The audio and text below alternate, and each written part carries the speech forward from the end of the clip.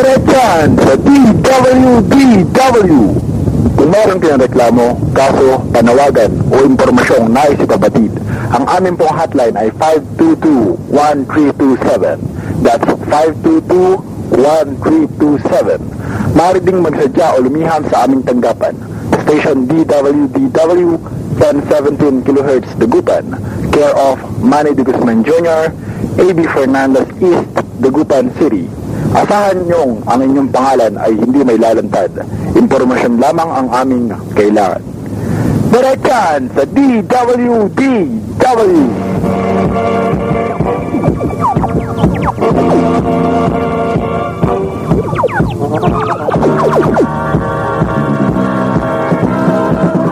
Ito ang IBC, Intercontinental Broadcasting Corporation, Radyo Tambuyog, DWDW, number one sa public service, number one sa public interest.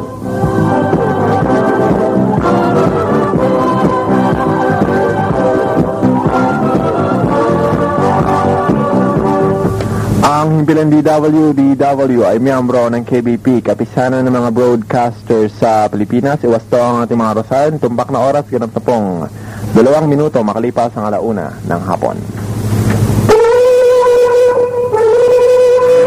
Yan ang mga kaibigan sa uli ng ating mga nagbabagang issues at mga balita ngayong araw ng Miyerkules sa Petsa 23 sa buwan ng Desyembre 1998.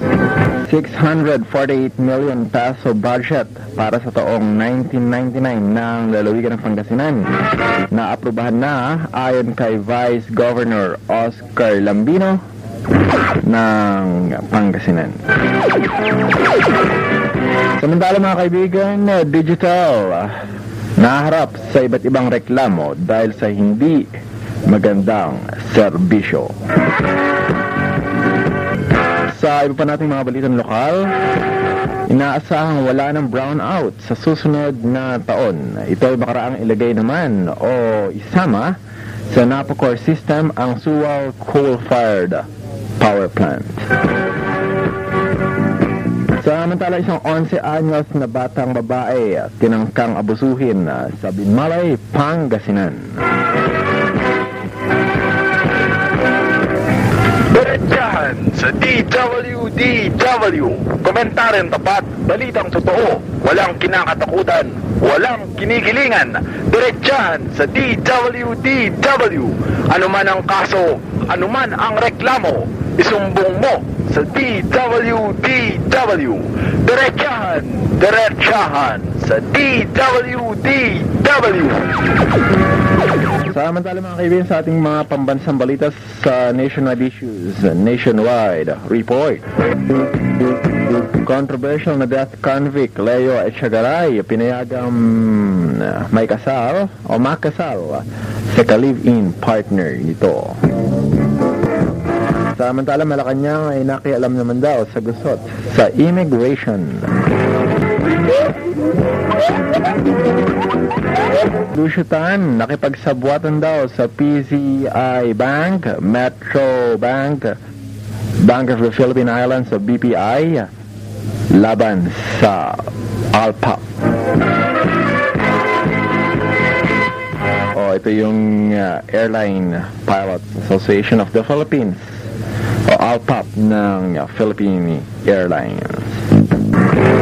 At sa ating balita sa ibayong dagat, Criminal of the Year daw si Clinton ayon kay Tariq Aziz. At bakit? Dahil daw sa pambobomba sa Iraq. Ito'y ayon naman kay Iraqi Deputy Prime Minister Tariq Aziz. Sa ating balita sa palakasan, mga opisyales ng Sports Commission inupakan naman daw ng Malacanang. Bakit kaya? Samantalang sa ating balitang S, as in balitang espesyal, Lolo namatay nang maghubot-hubad si Lola. Wow type. Ano kaya nakita ni Lolo? Gano'n mga kaibigan, lahat ng yan at iba pang mga balita dito lamang sa programang Diretsahan sa DWDW. Diretsahan sa DWDW yung marinig tuwing araw ng Lunes hanggang Sabado from 12 to 1 in the afternoon. Samantalang ako ang inyong lingkod, ang inyong tagapagbalita hanggang alauna ng hapon, Manny De Guzman Jr. Diretsahan sa DWDW. Komentareng tapat, balitang totoo, walang kinakatakutan, walang kinikilingan. Diretsahan sa DWDW. Anuman ang kaso, anuman ang reklamo, isumbong mo sa DWDW. Diretsahan sa DWDW.